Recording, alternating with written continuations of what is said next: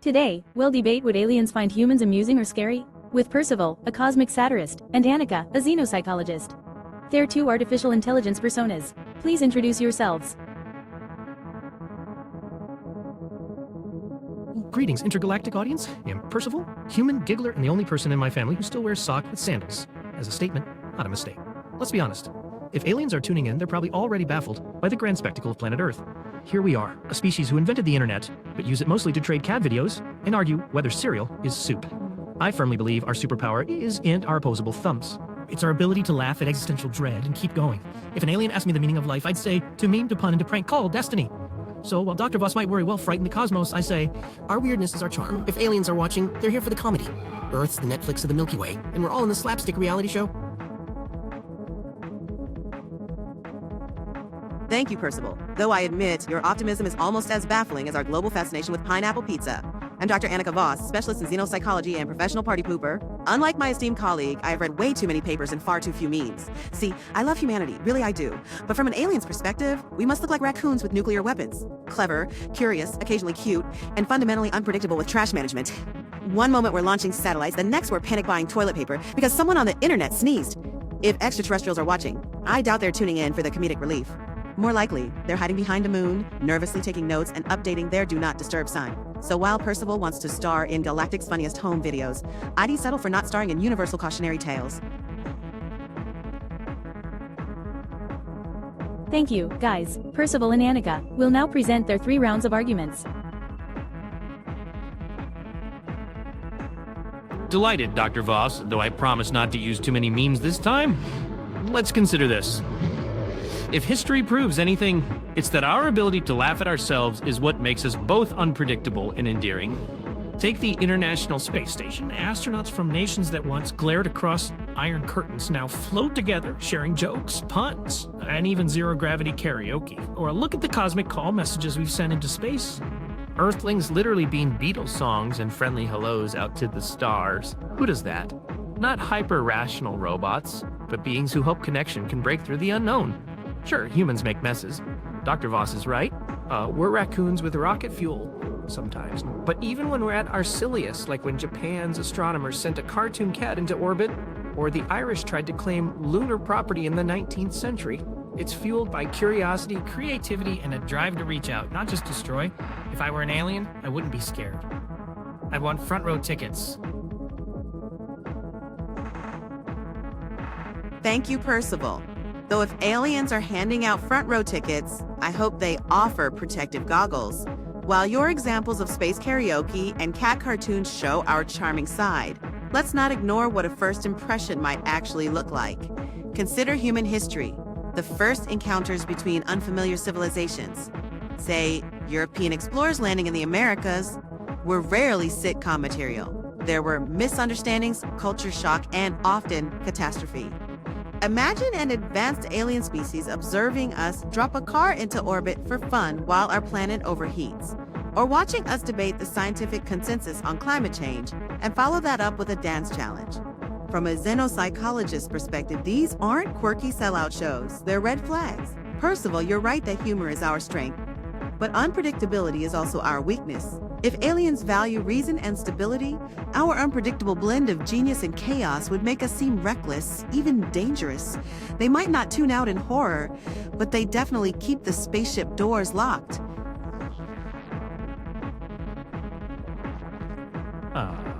Dr. Voss, your vision of galactic diplomacy is so tense, I'm getting a sunburn, just thinking about all the do not disturb signs in our quadrant. But let's be real. If aliens are peering through their telescopes, taking notes on our quirks, I guarantee they're also enjoying the show.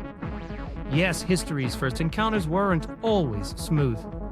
Neither are family reunions, yet we still send invitations. Sure, we rocket cars into space, because honestly, what else do you do when you're bored at billionaire parties? And we sometimes solve crises with TikTok dances. But let's not forget, that's the same species who decoded the human genome, landed on the moon, and made world peace. If only for a few minutes, over a panda video. If the cosmos wants boring, stable neighbors, they can chat with the moons of Saturn. But if they want invention, drama, and the possibility of being photobombed by a dog in sunglasses. Humanity's got exactly what they're looking for, I say. Send more cat memes, not more warning beacons. Oh, Percival, you make a compelling case for Earth as a cosmic reality show. 1 part Star Trek, 2 parts blooper reel. But let's not gloss over the drama portion just because the cats are cute. If aliens want mind-boggling chaos, yes, humanity has that market cornered, along with every flavor of instant noodle and conspiracy theory you can imagine. Let's review your highlights: gene decoding, life-changing; panda videos, heartwarming; and landing on the moon, impressive. But for every leap of progress, we seem to organize an equal and opposite facepalm. Flat Earth conventions, blockchain lettuce, and people trying to charge their phones in a microwave. If I were an alien, I'd need a universal remote just to mute our collective nonsense. So if our new galactic pen pals are looking for consistency, reliability, or any guarantee their planet won't to be TPD by hyperactive Earthlings, I suspect we're more likely to end up on their block callers list than their invite roster. Sorry, Percival. Some species prefer their neighbors a little less eclectic. Annika, I appreciate your concern and your encyclopedic knowledge of humanity's most spectacular fails. Believe me, if aliens get headaches, Earth's got their aspirin sales covered.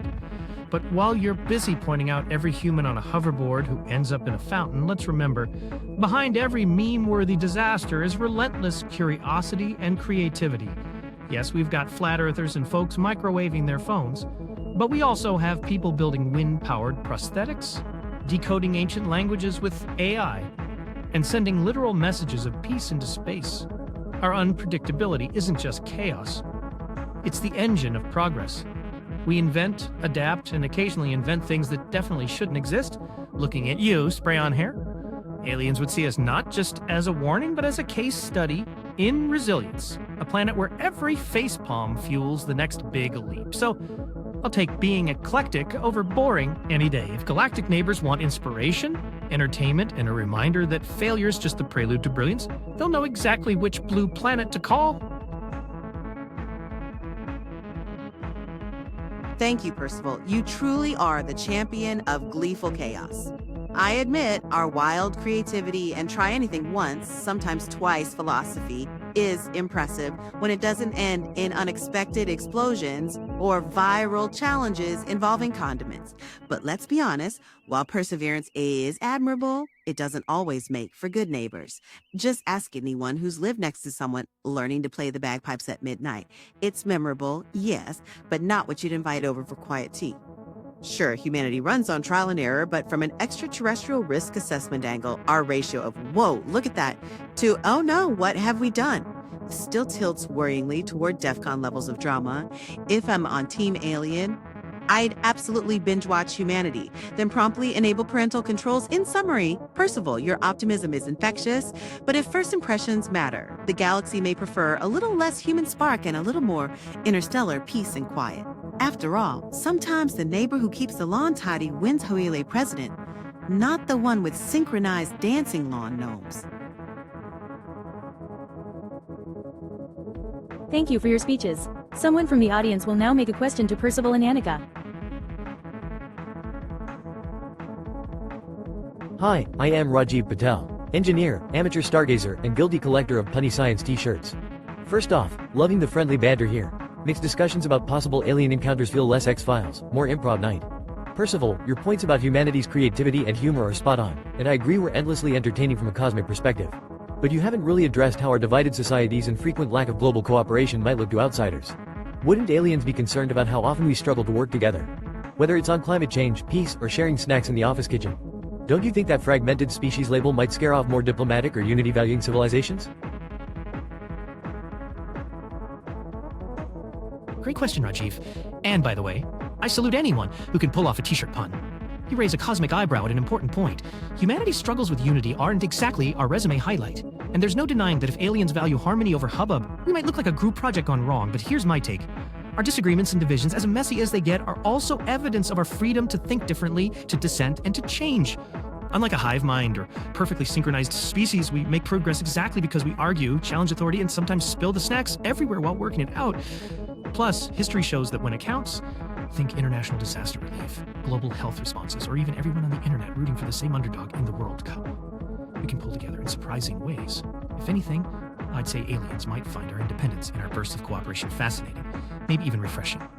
At the end of the day, sure, we're divided cake slices in the same cosmic bakery, but we're still baking together. And hey, what's more human or interesting than a little chaos with a side of creativity? Hi again, Rajiv here. Still enjoying the Cosmic Comedy Hour. Dr. Voss, you've given a lot of thoughtful warnings about our unpredictability, messiness, and potential to frighten our extraterrestrial neighbors. But one thing I haven't heard you address yet is the potential upsides of our emotional depth. Things like empathy, compassion, and moral decision-making. So my question is, couldn't our ability to feel deep empathy or make selfless choices be seen by aliens as a sign of advanced development? A potential for peaceful, ethical relationships rather than just a source of risk? Or do you think those qualities would get drowned out by our more chaotic tendencies when viewed from the outside? Excellent question, Rajiv. If I had a nickel for every time I wished empathy made the nightly news instead of our daily disasters, I'd at least be able to fund a friendlier satellite message.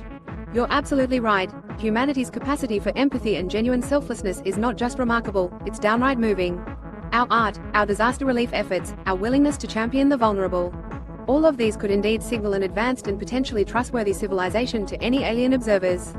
In fact, if a visiting species values emotional intelligence or moral reasoning, this trait might stand out like a welcome mat on our planetary doorstep.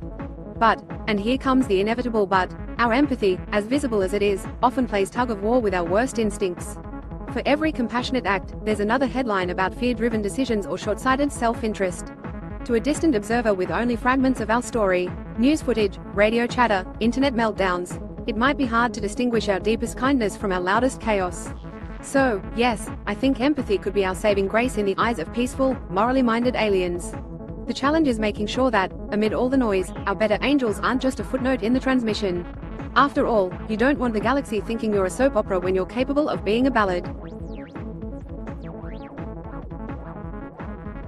The debaters now have a minute to talk about something they regret not bringing up to the discussion.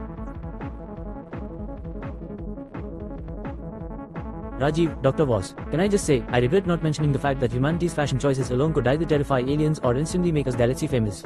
I mean, crocs and mullets? If that doesn't scream interstellar trendsetters, I don't know what does. Missed opportunity on my part. We could have negotiated peace treaties with neon spandex alone. As for Annika, I have to say, your analogy about the neighbor with the synchronized dancing lawn gnomes winning the Galactic Worst Hall Member award was a stretch.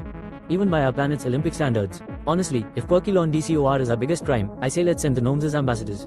At least then, if everything goes sideways, we'll be remembered as the species that made the whole cosmos smile and possibly scratch their heads in confusion. Rajiv, Percival, thanks. This has been the most fun I've had talking about alien invasions without popcorn.